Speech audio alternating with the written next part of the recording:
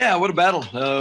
Again, played with the margin, much of it, from, late first half there. We couldn't quite pop it, and then they make a couple of good plays late to make it a one-possession game. And it was just a battle. It was a big-time battle and some big-time plays. And, feel great, proud for the guys and happy for the guys that we hung on and got in the right column.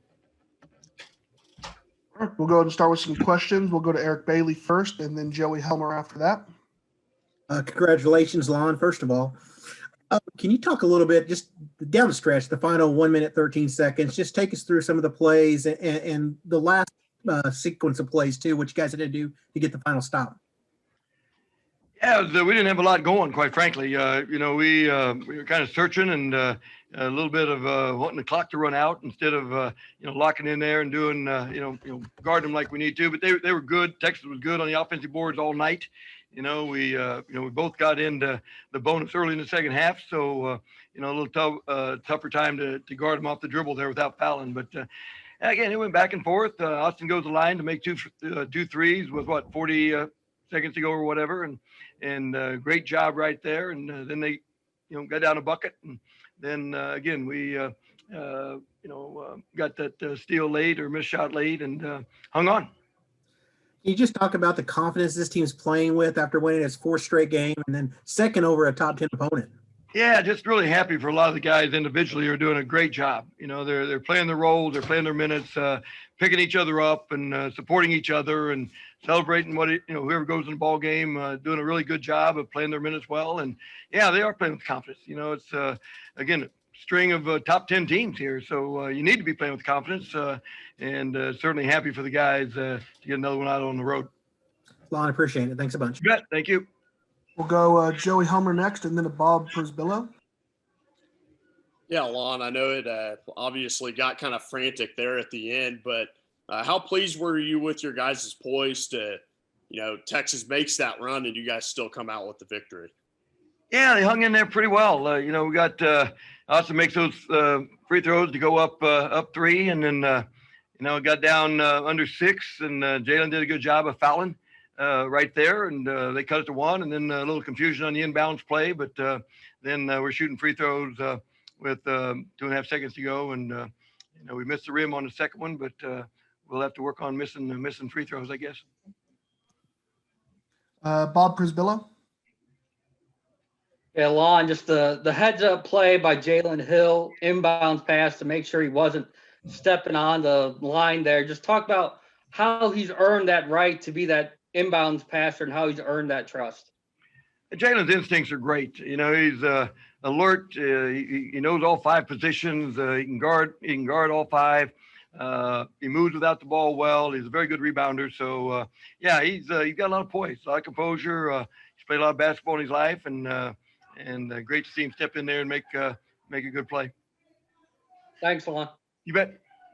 Go to James Hale next.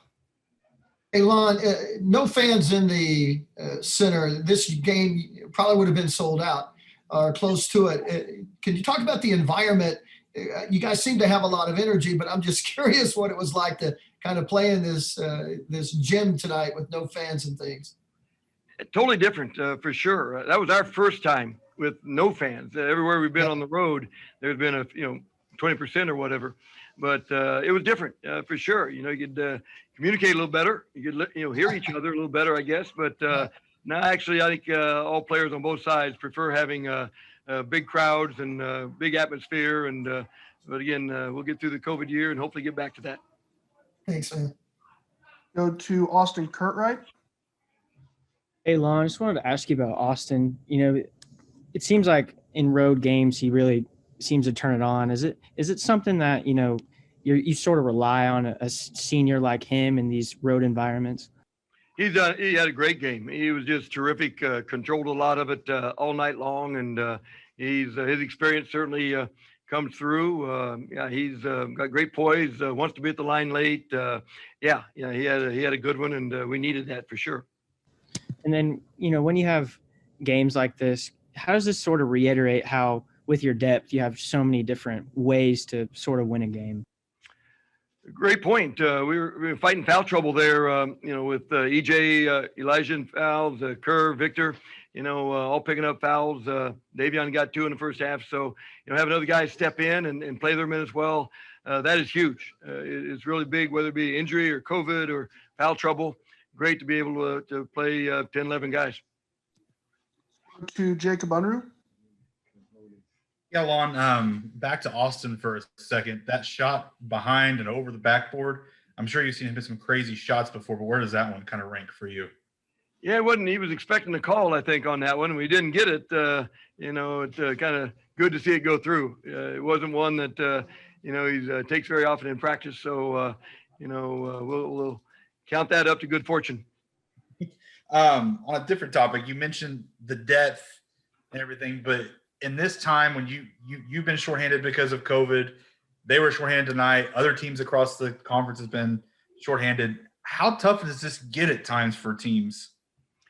It's extremely difficult. I mean, shoot, everyone wants to be full roster, and you don't know going into a ball game until the day before. Sometimes don't know. Sometimes going into practice, what the next day is going to hold. But I think players have it's not comfortable. It's not easy, but it's kind of become the norm. We tested yesterday morning, and Texas is testing this morning, and you're not real sure the game's going, officially going to be played and get those results back. So it's different, and emotionally, it's not easy on the players, and I think players all across the country have handled it pretty well. When did you find out Texas was going to be without 3 players? Just prior to the game. You don't know necessarily until they come out to warm up, I guess, quite actually. So we didn't know what the situation was until then. Awesome. Thanks, Lon. Let's go to Barry Trammell. Yeah, Lon, I thought Victor was great tonight. And this is a guy who Saturday against Kansas, you didn't play very much. 5 or 8 minutes, something like that. Is that a sign that you got a lot of guys, and just depending on the situation, you got a lot of options as a coach with the way you're able to use your players? Yeah, good point. Victor was great. I thought he gave us a lot of pop, a lot of energy out there. Rebounded, got a couple blocks. He was really good. And like you say, some games he's going to play more. Some days, EJ's going to play more. Kerr, Brady, whatever the case might be. And the guys have settled into that. They all want to play, which is exactly what they should want. But they understand too, different guys, different nights. Victor, I thought, gave us great energy tonight. Is this team starting to reach what you hoped it could reach back whenever you put the team together in November? A coach, I guess, has maybe a vision for the team. Are they approaching what you hoped they could be? It's hard to say exactly. Again, it's just just a work in progress every year. And this year, probably a little bit more so, because we didn't have the scrimmage. We didn't have the 2 exhibition games. We didn't have that opportunity to explore a little bit. Didn't have as many non-conference games. So a little bit more uncertain about everything when conference play started. So, but yeah, what they're doing right now, they're really guarding pretty well. They're trusting each other. They're communicating better. We didn't rebound it great. Texas is so long and so big. We didn't rebound great on the defensive boards tonight, but we've made progress in those areas, and this group will continue to do that. Let's finish up. We got time for one more for Coach from Josh Calloway. Yeah, Lon, I just wanted to ask about Emoja real quick. Obviously, he didn't start this game for you, but he played a lot of minutes off the bench, and had probably one of his better road games of the season. Just hopefully, seeing what you had to say about his game tonight.